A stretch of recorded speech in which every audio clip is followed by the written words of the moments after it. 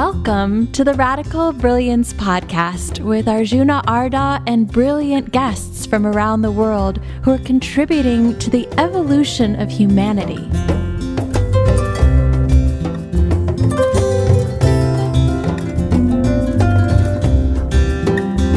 Today's guest is Carolyn Anderson, who's going to talk to us about co-creation.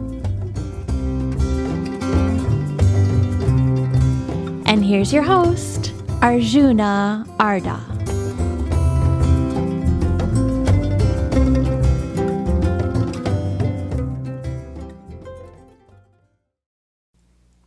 Hey, welcome back to the Radical Brilliance podcast.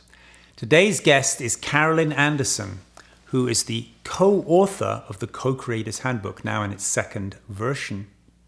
I've known Carolyn since 1998, 21 years ago, when I first moved to Nevada City. Nevada City in California, by the way, is really a gathering place, like a hotspot for incredibly creative, brilliant people. Like maybe a third or a half of the guests I have on this show are living right in my hometown. Like the Amp Coil people are here, Carolyn's here, Claire Dubois is here. It seems like Nevada City is the center of an emerging conscious world. The amazing and wonderful thing about Carolyn is not only that she writes about co-creation, but in a really continuous, stable way, she lives the spirit of co-creation in everything she does. She was the kind of adjudicator of our board when we had a non-profit organization. She's really good at at creating decisions out of a group consciousness where everybody feels like they made the decision and there is no hierarchy. Now, the word co-creation was actually coined by Barbara Marx Hubbard back in 1984 when she had a campaign to run as vice president.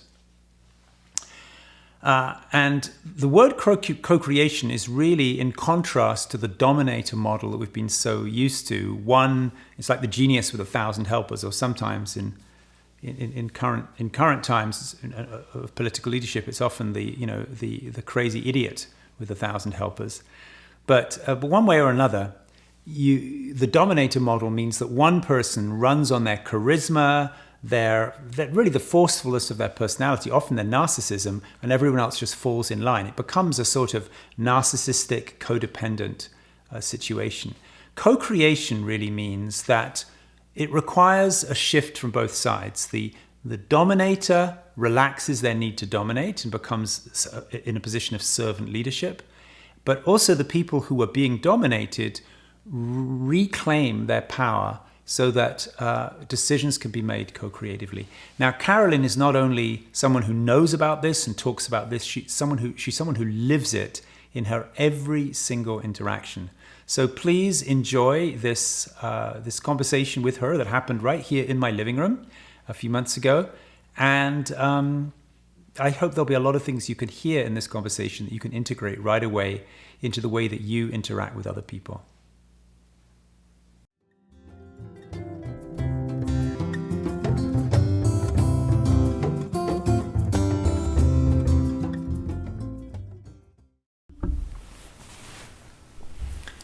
Hey there, Carolyn. Hey. Hey. Thank you so much for coming by today. Mm-hmm. We've known each other actually a really long time. I think it's more than 20 years. Yeah, about 20 years. 20 years, yeah. I moved here to Nevada City in 98. Yeah, and I arrived in 99. I think we first met in the tiny living room of a house that I lived on Broad Street when I first arrived. It was actually a brothel. I mean, not during my occupancy, but historically it was built as a brothel. Oh, I never knew that. Back in the 1850s, Mm-hmm. yeah. No, we didn't do a whole lot of brotheling when I lived there, but previously I was cutting back on my brotheling by then. But anyway, so that's where we met. We met in a brothel. And it's just been going downhill ever since. Yeah. So when I met you, I had heard this word from our mutual friend Barbara Marx Hubbard, co-creation. Did she write a book on that with that subject, co-creation? Let's see. I don't think she's written a book called Conscious Evolution. Conscious Evolution. Yeah. But she certainly was using the word co-creation when I first met her, which was earlier in the 90s. Yeah.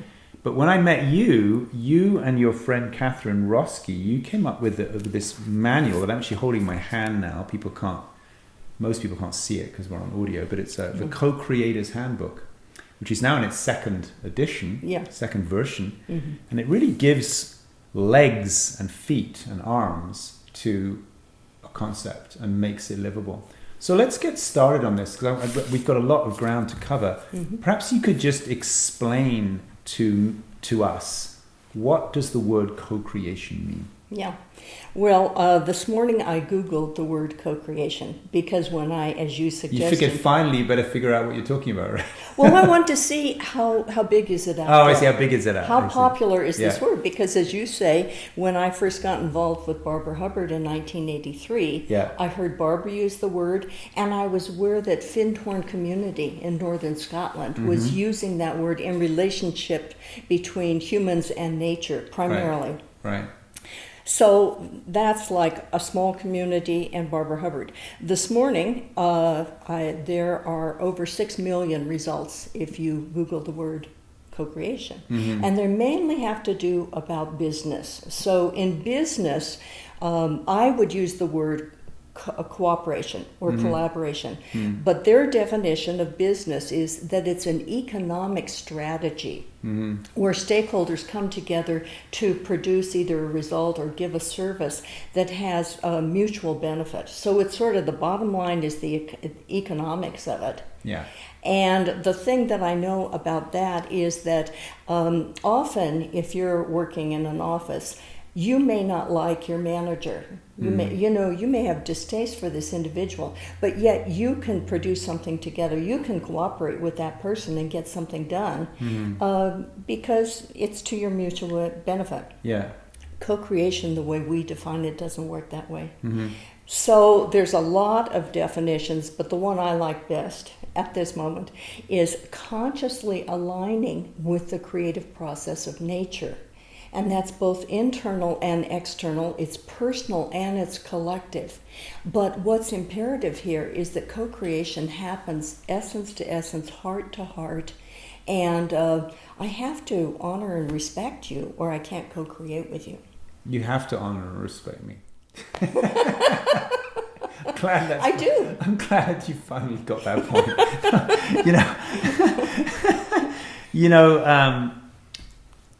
I remember when I was young, I can vaguely remember, I think it happened at some point, that when I was growing up, certainly a lot of spirituality and a lot of personal growth, but also a lot of kind of political, social movements had a clearly defined leader, right? It was so even things that aspired to be very evolutionary and cutting edge, they were frequently oriented around a leader. So there was, when I was young, I learned transcendental meditation, which was very much about Marichi Mahi Yogi. And then I got involved with different spiritual organizations. I hooked up with Osho for a while, and a lot of things focused around a leader, the leader's photograph. So that was a time that was really dominated by charismatic leaders, even in the environmental realm or the financial realm. Mm-hmm. What I notice, as millennials have grown up and now are really running the show, so many things emerge today which rely upon a commonly shared meme, right? Mm-hmm. So the most obvious example of this is the Occupy movement, which has receded now, I believe, but it was very strong in the early part of this decade. And I can remember, with Occupy Wall Street, journalists would show up and say, I want to interview the organizer, or I want to interview the founder, and no organizer could be found. It was something that came together. And even today, do you know who started the Occupy movement? I have no idea. But the Occupy movement. You don't Same with Black Lives Matter. It has spokespeople sometimes, but it's hard to find one leader. even, Me Too, which of course began with the victims of Harvey Weinstein, but it quickly became a globally shared meme. And that for me is indicative of why the word co-creation has come into such common parlance. I was at a conference I was really impressed by last November, where a lot of the participants were actually millennials. It's called the Summit Series. It was in Los Angeles. 3,000 people. The speakers were like Al Gore, Peter Diamandis, Sir Kenneth Robinson, world-class speakers. And the Summit Series was actually put together by 4 young guys, but you hardly notice them, and every now and then I would find myself in a group of people talking together, and one of the guys in a t-shirt and jeans was one of the founders, but you wouldn't notice the difference, you see.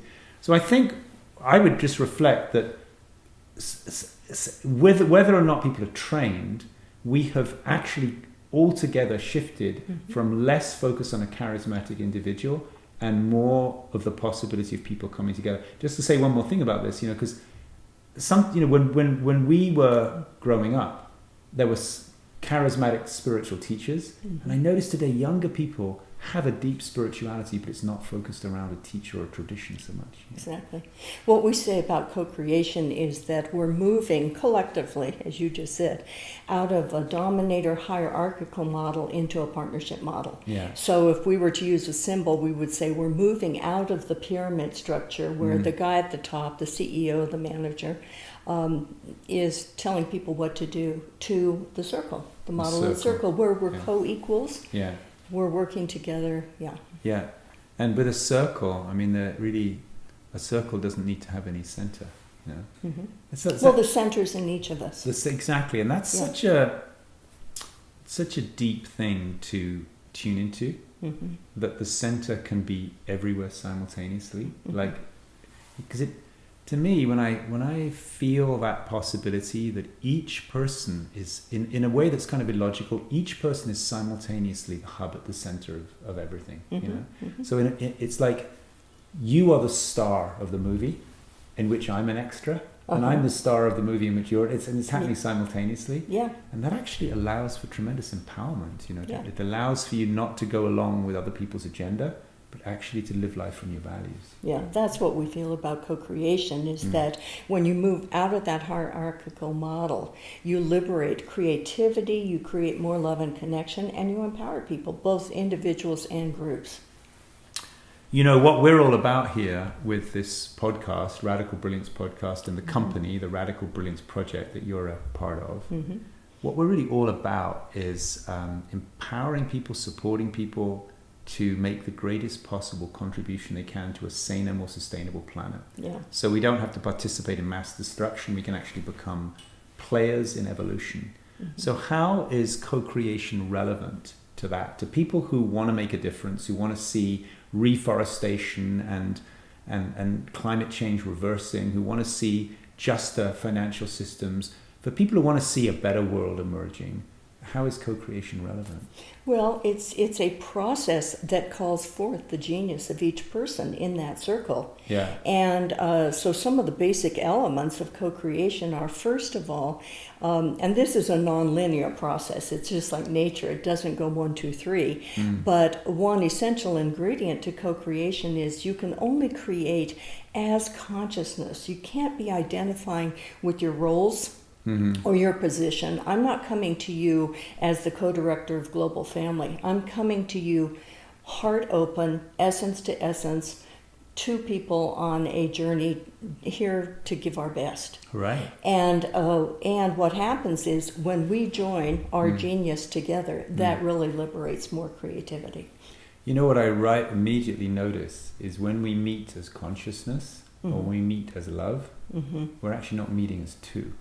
That's right. We're meeting as one consciousness. If when you meet as the director of Global Family and I meet as the head honcho of something amazing, right? Yeah. The big poobah of something. Yeah. Then all we can do is negotiate for our separate agendas. But when we meet as consciousness, when we meet as love, and when we meet as human beings who are animated out of this planet, we actually meet more in a place where there's oneness, where there's the same consciousness. Yeah.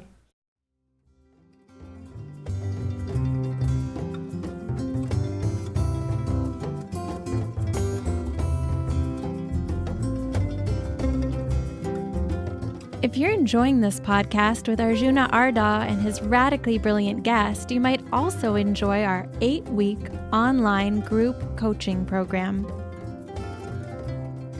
It's an opportunity to go deep and get stable in practices that enhance your own brilliance.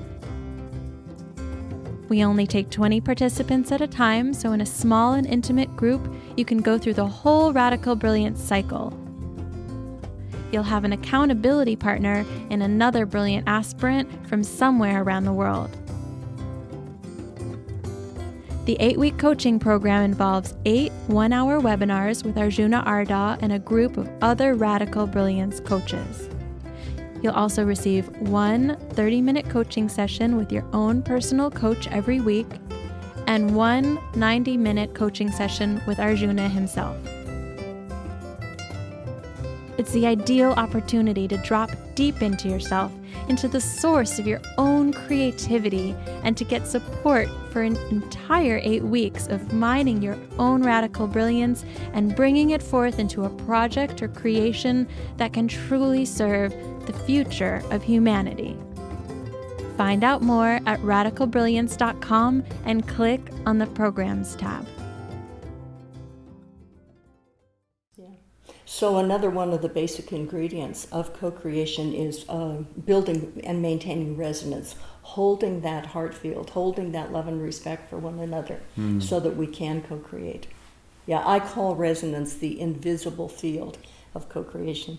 Do you want to talk now, or do you want to talk later about specifically how to create resonance? I'm happy to talk now. Let's do it. Sure, Let's go there. okay. Well, there's so many ways to do it. One way is just silence. Yeah. Take a walk in the woods. Mm-hmm. You're creating resonance.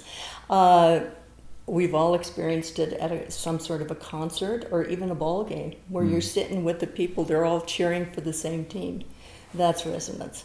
But resounding, echoing back and forth, being on the same wavelength. Yeah. Yeah. Okay. So, supposing we've got a company, let's say we've got a small, a company of social entrepreneurs, people who want to make a difference. Mm-hmm. How might they integrate building resonance into the way that they show up at work every day? So, lots of ways to do that. I would say the first thing is mindfulness. Being present in the moment and seeing the best in one another. Yeah. Really seeing that this person, I may not agree, our ideology may be different, but I can see that this person has some real gifts to give here, and I respect this person, I honor them, and I come to them with an open heart. Beautiful. I've noticed that in knowing you for so many years, I've noticed that just the other day we referenced somebody who had not done what we had hoped they had done, and we were obviously both been a little inconvenienced. But I noticed right away you tuned into their highest intention. You said, "Oh well, this is a person who's very busy. They've got a lot on their plate. I'm sure they're just having a So I noticed that about you, that you always assume the best in people, and it's maybe to you it's obvious because you're used to living that way, but not everybody does that. Yeah. Well, if you just reflect for a minute on quantum physics, the observer effect. Yes. What I see in you is what I'm calling out of you. Yeah. Well, still, I respect you for this because you don't only do it. Some people remember to do that to people's faces, but you don't really talk about people behind their backs in anything other than an uplifting way. So that's pretty cool. Thank you. Yeah. So you were going through some principles. Yeah. Okay. So another one, because we all do have ego personalities and we have all been wounded in one way or another. Yeah. We all had childhoods. Yeah. We have to learn how to overcome this illusion of separation. Yeah. It comes up all the time. Right. Okay. So these are a series of communication skills. So we learn how to always maintain resonance. And in the book, we have something called the co-creators agreements. Yeah. And these were delivered to Global Family in 1987 by a woman named Marian Head. She was on the board of Global Family. It's funny, I just opened the book, it opened up right there. Very good. And there are things like take responsibility.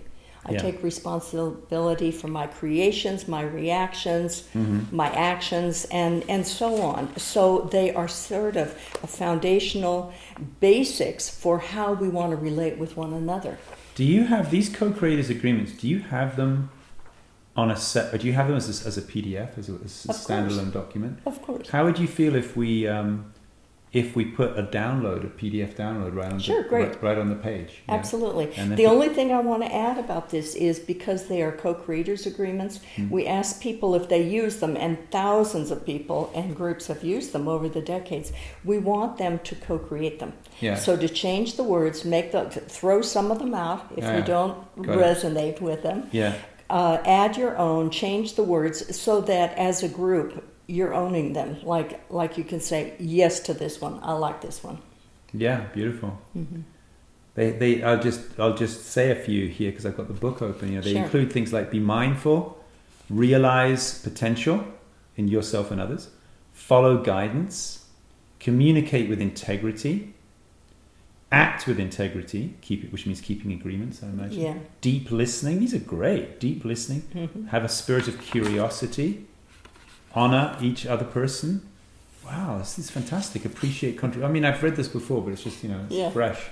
That's the benefit of getting a little older. You can't remember stuff. Well, the thing, Arjuna, that's great about the agreements, I'm also part of a community in northern New Mexico, Hummingbird community. And of course, these are very foundational. We brought these into Hummingbird when we co-founded it. And it's really great because it makes everything very neutral. If we all agree up front, these are our agreements, we're going to abide by them. Yeah. Then if somebody doesn't, quote, take responsibility, we can refer to the agreement. It's not you're a bad, wrong person, but we did agree to this. Right, beautiful. I'm not going to read the rest, but we will put these on a download on our website. Yeah. So, you were still going through. Okay. So another one is accessing our inner wisdom, learning. I was raised, and probably most of us were raised, looking to outer authority. Yeah. And because we are consciousness, because we are love, we are life. The practice of looking within for our guidance. What is it? What am I to do next? I don't ask you. I sit down. I reflect on what's right for me, what's in alignment with my values, what would be of service to others, and so we learn how to do that. And for me, it's been a practice because as a child, I was never told to look within. Okay, another piece of this is discovering our deeper purpose in life. Yeah. And I discovered mine in 1983, and it happened in a resonant field. It happened with a group of people. Tell me about that. Well, it was 1983. I was working with Barbara Hubbard on her campaign for a positive future. That was when she was campaigning to be vice president? Vice President of the United States on the Democratic ticket. Who was the presidential candidate? Let's see. I can... Yeah, I've got his name. I can't say his name right now. No, I can see the guy begins with M, but he didn't and make he lost. Yeah, he didn't make it. He was kind of a little nondescript, I seem to remember. But Arjuna, what she was doing was she was using politics as a forum to share a particular vision with the American public. Right. She didn't want to be vice president. Yeah. So she asked Sanford and me initially, Sanford being my husband. Right. There's a story to that one too. We'll come back to about Sanford being your husband. Yeah. Okay. Yeah. To manage her campaign initially in Northern California. And so we put on a fundraising event for her. That's why she invited us to manage her campaign. And we called together a group of about 30 friends and acquaintances of ours to manage her campaign. And it was in that circle, it was in a ceremony that we did with this group of 30 people, building this resonant field, which I couldn't have told you at the time. I wouldn't have had this language. That these practices just started pouring through me. Oh, really? Yeah. The practices started, so they just came to you? They just came to me. Wonderful, I love In that. the same way that a musician or an artist, it just comes to you. It's what you're here to do, so you do it. Yeah. And Barbara, in her genius as a social architect, she was able to watch the process and write it down. Wow. And once you can map it, then you can replicate it. And that's what we've done in these books. is replicate the process so somebody can buy the book, invite a couple of friends, and do their own thing, do their own group. The book, by the way, everybody, is the Co-Creators Handbook 2.0, and you can get it on, what's that? Write this down. It's AMAZON. I've heard of them. Yeah. Okay. .com. Yeah.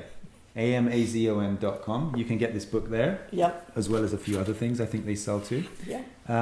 And that guy, by the way, says that this is the blessing and the curse of having an iPhone right next to you. Walter Mondale was the... Oh, thank you so much. I knew it was M. Yeah. Began with M, and I knew he didn't make it. No. But she didn't... just to share what her vision was, because I think he lost to Ronald Reagan, maybe, actually. Maybe. In 84.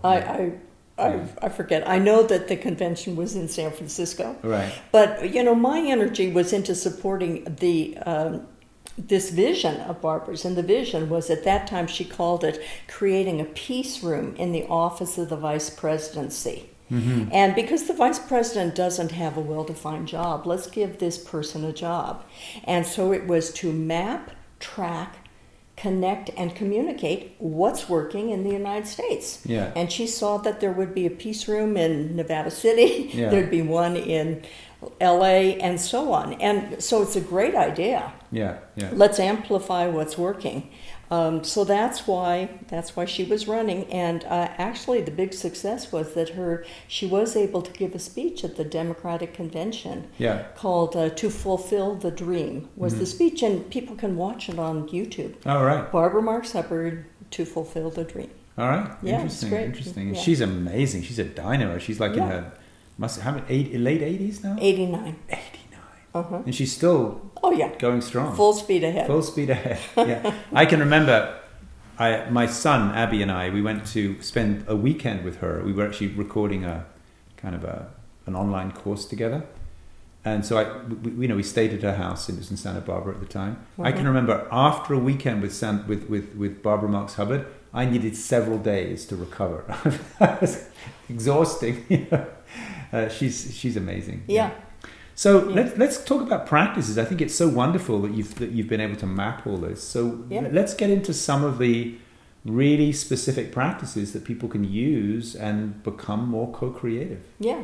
Okay, one really practical one is learning how to clear with another person if you're feeling out of relationship. All right. How do you do that? So let's do it with you and me. About that thing, Let's clear the thing. Well, so the most important thing, because we value the resonance, we know we have to stay in resonance with one another. Right. So let's say I'm feeling out of sorts with you. That's impossible to imagine, but okay, if you want to go fantasy. You did something and it didn't sit well with me. I thought you would find a fish in your shoe kind of funny.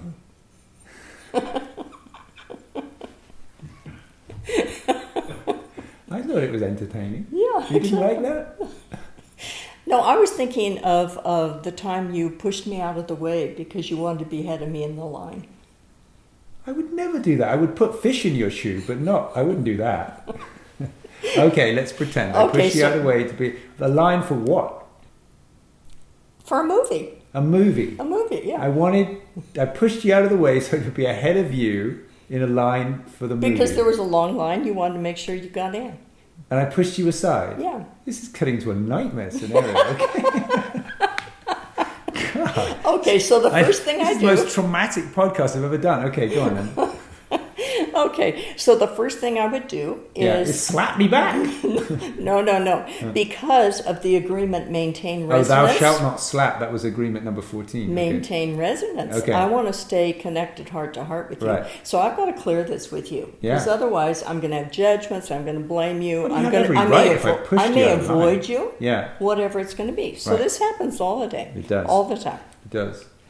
First thing I'm going to do is I'm going to say to you, hey Arjuna, I need to talk to you about something. Do you have some time? When are you available? I'm available now. Okay, so then now would be the time. But you might say to me, well, what about Sunday at 4:00 in the afternoon? Right.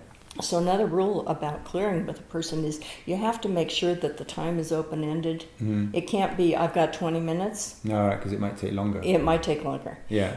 The second thing is you have to create, has to be like, the person has to feel comfortable. I have to make sure that we do this wherever you would feel comfortable. So it's like, you can come to my house, I'll go to yours, but I'm not going to do this in a crowded restaurant where people might come in and know you and interrupt us. Okay, that wouldn't feel good. Yeah. I'm going to use iMessages. I'm not going to say, you did this, you shoved me aside, and it that's- really pissed me off. That doesn't mean the same thing. When you say iMessages, it's a thing on the phone, iMessages. So they have to change that. It means I'm going to say I. Yeah, I understand. Okay, Arjuna, I was really hurt when Yeah. you shoved me aside. Got it. I was angry when you shoved me aside, whatever it is. And you're not going to say you. I'm not You going were to an say asshole you. when you shoved me aside. No, I'm not accusing you. Yeah. And I'm just telling you how I feel. And I'm Right. saying everything. And, actually, I remember, Arjuna, something like this happened before. And, where I felt you were sort of rude to me. And I just want to make a quick note for our listeners. This is a simulation. This is not. We're actually quite good friends. we're very good friends. And I'm very rude to other people, but not to Carolyn. Okay. So this is not real. So I say what I need to say, Yeah. and then I'm quiet. Right. And now you have an opportunity. Right. And you say whatever you say. And something like I'm this. really sorry about shoving you out of line in the movies. It was actually a terrible movie. I mean, I wish I had. I wished at least I'd shoved you out of line for a good movie. But I'm really sorry. And how can I make it up to you? And I might say, you're apologizing is all I need. Right. Thanks so much. Right. Big hug. That's it. So it can be really simple, quick, and easy like that. Yeah. But sometimes, it's a lot more complicated. And when Yeah. it's a lot more complicated and there's a lot more emotional charge, then you might want to have a third person party, there. yeah. And you both agree on that person. Somebody you feel comfortable with, somebody I feel comfortable with, not somebody who owes their allegiance to me. Yeah. Okay. Yeah. And that person is just Somebody's a neutral. neutral observer, Yeah. a witness, somebody who can reflect back. And if things get, really upset or something, can say, let's stop here or whatever. So. Brilliant. So that's a great practice. Yeah. Clearing withholds. Yeah. Yeah. It's fantastic. I think that's pretty easy to duplicate. Totally. Do you have guidelines for that on a Oh yeah. Oh, it's in the book exactly how to All right. do it. Yeah. Okay. Yeah. I was wondering if you had a standalone sheet or something that we could. I've anything in the book I can create into a PDF. Okay. So, Brilliant. That'd be awesome. Yeah. If you're open to it. Yeah. Yeah.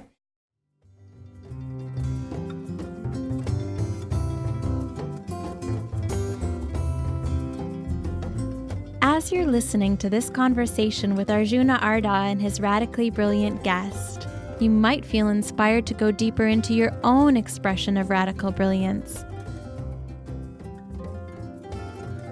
Come join us for a one-week Radical Brilliance Laboratory held in a beautiful rural location in the Sierra Nevada mountains of California.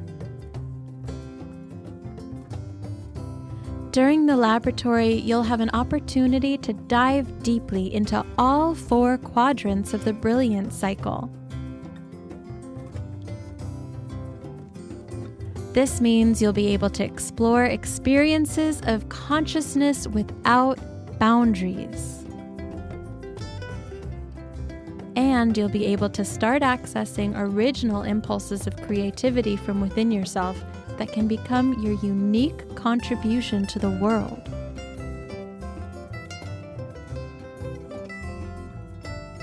You can get in touch with your own learning and integrate mistakes that will allow you to mature and grow. You'll have the chance to deeply mine your own resources as well as connect with other brilliant people in a small, intimate context for a week. You can check out the Radical Brilliance Laboratories at radicalbrilliance.com under the Events tab. So another part of this formula, how to co-create, is once you know what your deeper calling is, your purpose, this is what I'm here to do, which, by the way, can take many different forms. Yeah. It doesn't have to, it won't always look alike, but, Exactly. you know, I'm here at the broadest level, I'm shifting consciousness. Mm-hmm. That's one of the things I'm doing, but I'm doing it by sharing co-creative practices. Yeah. And I may be lecturing, I may be teaching, I may be facilitating a gathering where we're modeling all of this. So once I know what I'm here to do, then intuitively I know I've got to find my partners. None of us can do this alone. Sure. So what I've learned over the years is that for co-creation, there's 4 essential ingredients to creating a co-creative team. Great. And by the way, a team could be 2 people. It could be you and me. But between the 2 of us, we have to have these 4 elements. Oh, great. What are they? Okay, the first element is vision. Vision? We've got to have a vision. And of course, on a team, you have to have a shared vision. Yeah. We have to have resonance, so we have to have the emotional component, which is the resonance. We have to have this feeling of trust and respect. We have to have a mental component, which is the systems and the structures. A what component? The mental. A mental. A mental. Right. So Yeah. often people who are really strong at the cognitive level, they're good system structures people. Right. Yeah. Right. And then you have to have the physical component, which is the doingness. Yeah. You have to have people who want to do stuff. So, yeah, I now am able to look at teams. And, for example, a few years ago at Hummingbird Community, there was a group of people at the community who came together and decided to do a business together. And it's interesting because not everybody at Hummingbird is as steeped in these practices. I could look at that team and say, you know what, they're not going to make it. Uh-huh. You know, they don't have, first of all, it was like a made-up project. It wasn't in a co-creative team, you want to make sure that everybody is giving their gift to that team. So they're not just deciding. It's not like you and I just decide, let's do this. It's like we have the impulse from within to know what to do. And then we make sure that whatever we do, it's fun and fulfilling for each one of us. So nobody's doing it because, I don't want to do this, but it has to get done. So I could look at that team in Hummingbird and say, you know what, it's not going to work. I could see they had the resonance. They didn't have anybody who was really strong at systems and structures. So it's like, you know what, this, and sure enough, you know, it's not working. So if you get 2 or even 3 people and you're missing one of these 4 elements, you've got to bring somebody in until you've got all of them. If you're going to do it in a co-creative way. Yeah. Now, of course, in business, or if you look at the way most people operate in the world, they don't care how you feel.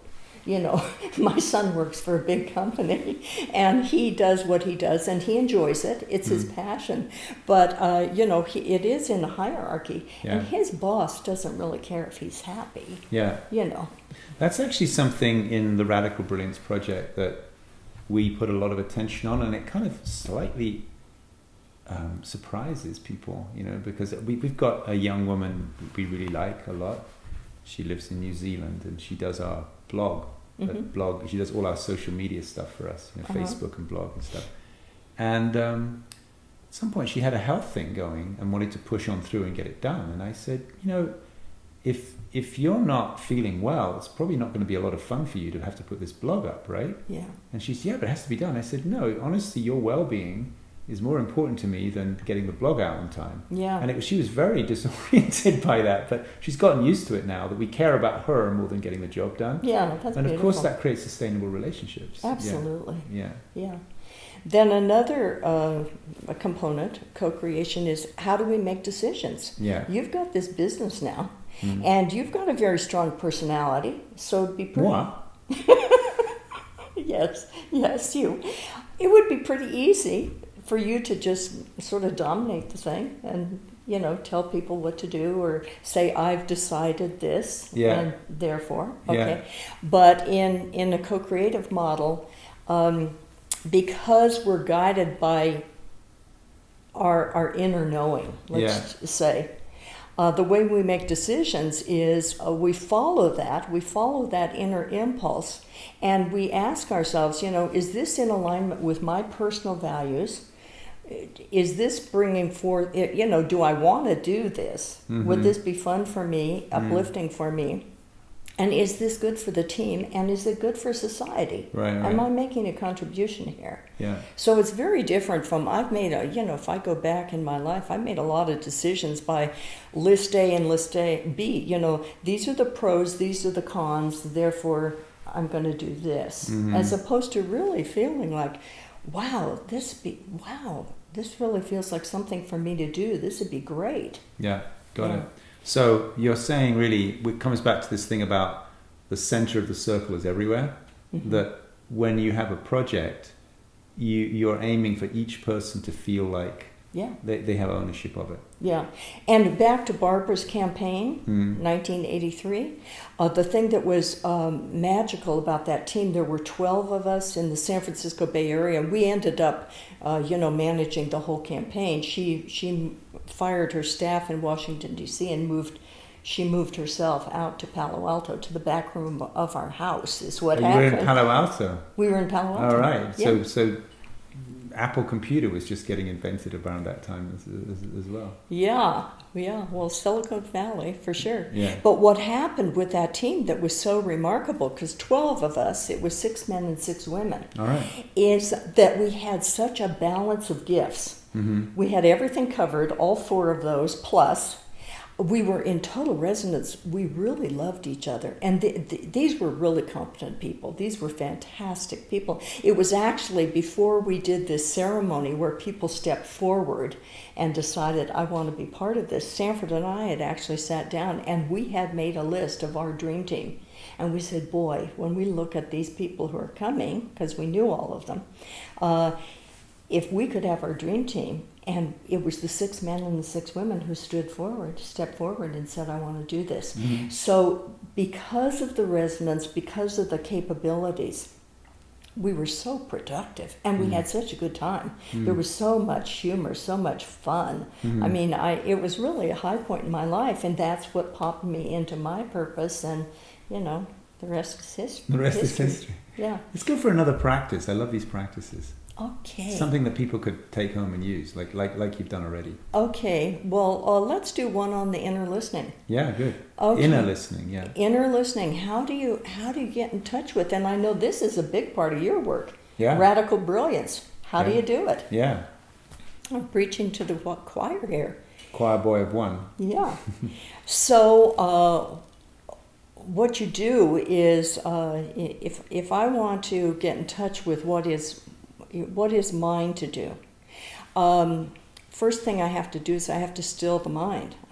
So I would do as you do. I would sit quietly, close my eyes, and get into a meditative state. Do my best to relax my body, still my mind, and if I have anything emotional going, to release anything emotional. So I am there as consciousness, as best I'm able. And then to ask the question and just listen. Listen. What am I to do? What is this? And I had an experience a couple days ago. Sanford and I were talking to our business partners.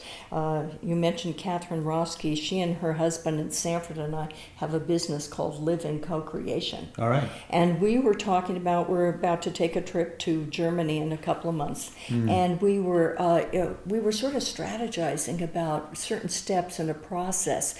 And right in the middle of it, it just came for me, and it was like, I got it. And it was because I was in that field with those others, and it could have happened for any one of us, but it was me in that moment, and it was like, I think we should do this, and this, and this, and it was just a yes. It was right there. And they resonated. Yeah. They said, that's it. Yeah. That's it. Great. So it can be very effortless and real easy, and other times, I may have to reflect a number of times before something comes to me. Yeah. It's great. It's really great. Yeah. What sort of people stand to benefit the most from implementing these practices? Who do you find that they make the most difference to? Oh boy, I see it across the whole spectrum. So families for sure can benefit from this. Yeah. Really wonderful to start with, 3-year-olds and bring these practices into your family where you're really treating other people with respect as co-equals. Definitely in business. Startups are a great place to begin this, and we've had a lot of people buy the book and start this in startups. Yeah. So they're starting at the ground level. Yeah.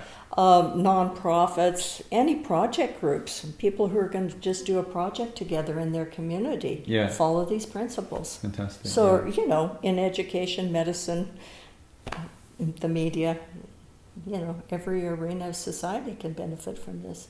And what I see happening is, as you mentioned about the Me Too and Occupy Wall Street and everything, this is an organic process that is happening. And, in the late 1980s, Barbara and I were doing a seminar in upper state Michigan, and we were teaching co-creative practices, and there were 2 Native Americans in the room, and during the break, like at lunchtime, they came up to us and they said, these are practices that our people have been using for centuries. All right. So this is, we didn't make this up, this was revealed to us. Do you want to finish us off with one more practice? One more practice. Well, I want to say one more thing, and then a thing. A thing. And the thing is the final element of the process. Yes. Is we call it building the new world. Yeah. And it is new leadership. Yeah. And so the new leader is someone who is accountable, someone who is aware of their own gifts and can see the gifts of other people on the team and empower those people, call those gifts forward, and make sure that everyone is accountable. But it's not me telling you what to do. The other thing I want to mention is the whole principle of natural hierarchies. We've talked about we're flattening the hierarchy here, but there are natural hierarchies on a team. So there are people who know what to do in that moment, and when they know what to do, they call themselves forward, and they're the leader in that moment. So we all respect that. We can say, oh yeah, Arjuna, he's a great writer. Let's have him write this. Or you would say, I enjoy writing. I'm going to write this. So, I do want to mention that. Beautiful. The other thing I want... So co-creation, this is, I think, a misunderstanding people sometimes have. Yeah. Co-creation doesn't mean no leader. It means a leader who brings out the best in people. And it doesn't mean that everyone's doing the same thing.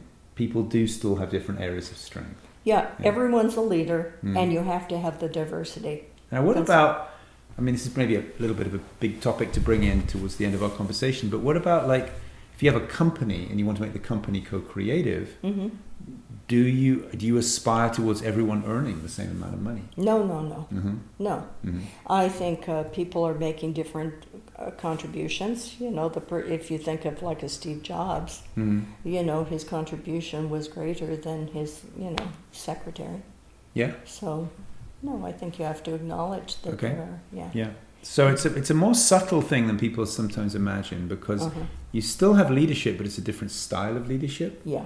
You still have financial differences, and not everyone's doing the same thing, just everyone's doing what they're good at. Yeah. Now, for example, in this business that I'm a part of, where there's just 4 partners, we're co-equal. We're all doing different tasks, but we all are compensated equally. And that's just a choice we made. With that company, what do you do? What's your income stream? What do we do? For the company you mentioned? Well, it's just the 4 of us. Yeah.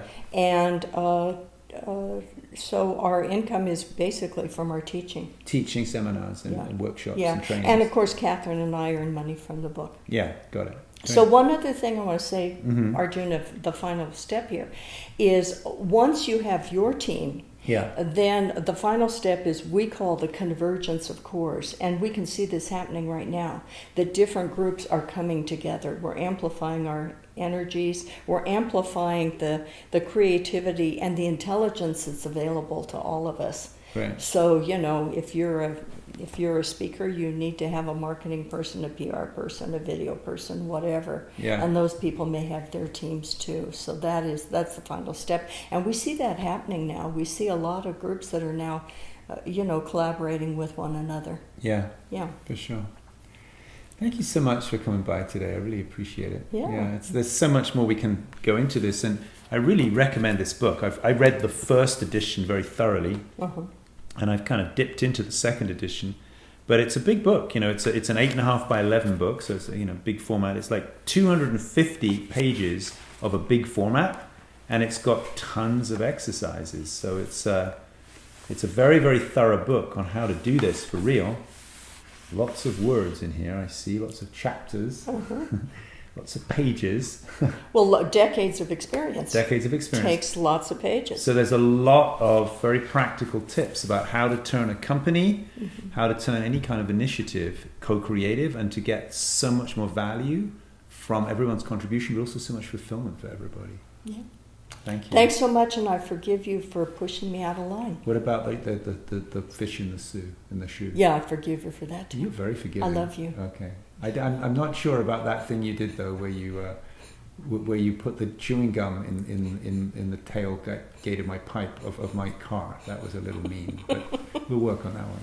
Okay.